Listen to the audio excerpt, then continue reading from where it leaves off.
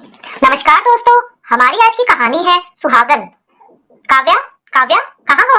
आज करवा चौथ पर बड़ी भाभी राधिका ने जब काव्या को आवाज दिया तो छोटी भाभी उमा ने उन्हें आंखों से इशारा किया और लगभग बुदबुदाते हुए बोली कि अरे वह तो अभी दुल्हन की तरह सज रही होगी। इस बात पर राधिका ने उमा को टोका लगाया और दोनों हंस पड़ी। सामने ही गजरा बनाती हुई भव्या ने दोनों भाभीियों की बात सुन ली।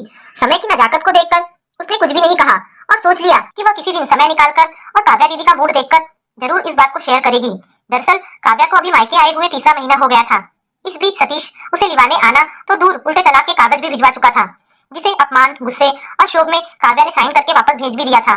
हुआ ये था कि काव्या और सतीश की शादी को 3 साल हो गए थे और ना तो इस बीच में काव्या की गोद भरी और ना ही सास और नंदों का ताना देना कम हुआ था। उनके रोज के तानों और किचकिच से घर की शांति भंग सी हो गई थी।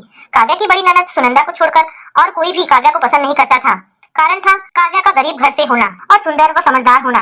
सतीश वैसे तो काव्या को बहुत प्यार करता था, पर अपनी माँ और बहनों के सामने उसकी बोलती बंद हो जाती थी। इधर काव्या से रोज रोज के तंज, अपमान और ताने उलाहने बर्दाश्त से बाहर होते जा रहे थे। एक दिन उसने भी पलटकर कह दिया, मैं अभी मां नहीं बनना चाहती, इसलिए मैंने गर्भ निरोधक उपाय अपनाया हुआ है। मैं और सतीश अपने रिश्ते को और बेहतर बनाकर तब बच्चे को लाना चाहते हैं ताकि उसे प्यार करने वाले और समझदार माता पिता मिले। इसलिए आप लोग बच्चा ना होने का इल्जाम लगाकर मुझे ताने मत दे। काव्या का इतना कहना था कि उसकी सास तो जल भुन गई। छोटी ननद कला तो वैसे ही परकला थी। बस दोनों ने बात इतनी बढ़ाई कि काव्या को भी प्रत्युत्तर में जवाब देना पड़ा, जिसे ऑफिस से घर दाखिल होते हुए सतीश ने सुन लिया और काव्या को ही गलत समझ बैठा। दोनों में उस रात जमकर लड़ाई हुई और रात भर की जागी सूजी आंखें लेकर काव्या जब मायके की दहलीज पर आ खड़ी हुई तो आगे बढ़कर छोटी बहन भव्या ने काव्या को गले से लगा लिया था। दोनों पति और पत्नी अलग अलग रह रहे थे, इसलिए उनके तलाक की कार्यवाही पूरी नहीं हुई थी। पर मन का मन से तलाक कहाँ होता है। काव्या मन से सतीश से अलग हो नहीं पा रही थी। वह मन से सतीश से इतना जुड़ी हुई थी कि उसकी जगह किसी और को सोच भी नहीं सकती थी। कोई उसके सिंदूर लगाने पर टोकता तो उसके पास अपना तर्क था कि अभी सतीश जिंदा है और जब तक मेरा सुहाग जिंदा है मैं सुहागन हूँ। उसके तर्क और बेहद भोलेपन भरी बात का भाभियां मजाक उड़ाती, पर उसकी छोटी बहन भव्या अपनी दीदी का मन अच्छे से पढ़ पाती थी। एक दिन भव्या ने काव्या से कहा कि दीदू, जब आपको जीजू की इतनी याद आती है तो उन्हें फोन क्यों नहीं कर लेती हो। तब काव्या कहती, जोश जोश में सबके कहने में आकर उनको तलाक तो दे दिया, अब उनसे बात किस मुंह से करूं। भव्या अपनी दीदी के अनहद प्रेम को देखकर चकित हो जाती। अब काव्या की बात ले तो वो सच में अभी भी खुद को सतीश की पत्नी मानती थी और वो सतीश को भूल ही नहीं पाई थी। वो सोचती थी कि तलाक तो उसके और सतीश के रिश्ते का हुआ है, पर इन कागज के टुकड़े सिर्फ हस्ताक्षर करने पर दिल से प्यार थोड़ी खत्म होता है। आज करवा चौथ था और काव्या सोच रही थी कि अगर आज वो सतीश के साथ होती तो कितना सस्ती सवरती तैयार होती। सतीश तो निहारता रह जाता और कहता कि तुम कितनी सुंदर लग रही हो, बिल्कुल नई दुल्हन की तरह।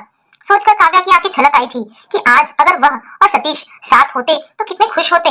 वैसे काव्या को एहसास हो रहा था कि अगर वह सतीश के साथ होती और दोनों एक दूसरे को समझने की कोशिश करते, फालतू घर तोड़ू सलाह देने वालों लोगों ने दोनों को अलग करके ही दम लिया था। आज करवा चौथ के दिन उसे सतीश की बहुत याद आ रही थी। शायद सतीश भी मुझे याद करता ही होगा। काव्या सच संवर कर अपने आप को शीशे में देखते हुए अपने आप ही बुदबुदा रही थी। वह सतीश की याद में इस कदर खो गई कि उसे ध्यान ही नहीं रहा कि कब दरवाजे पर भव्या के साथ सतीश आकर खड़ा हो गया था। भाव विहल होकर काव्या सतीश से लिपट गई और कहने लगी, मुझे माफ कर दो सतीश, मैं तुम्हारे बिना नहीं रह सकती। मुझे भी माफ कर दो काव्या, तुम्हारे बिना मेरी जिंदगी अधूरी है। दोनों ने बिना ईगो दिखाए एक दूसरे से अपने मन की हालत बयां कर दी थी।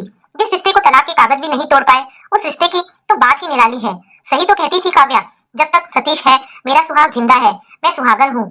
और उस रात गई रात तक सतीश और काव्या आपस में बातें करते रहे। कितने गिले शिकवे थे और कितना सारा प्यार। अब काव्या और सतीश दोनों खुश थे। अगले दिन सतीश काव्या को अपने घर ले गया, उसका घर जहाँ अब प्यार था और सम्मान भी। तो दोस्तों, ये कहानी आपको कैसी लगी मुझे कमेंट करके अवश्य बताएं। धन्यवाद दोस्तों।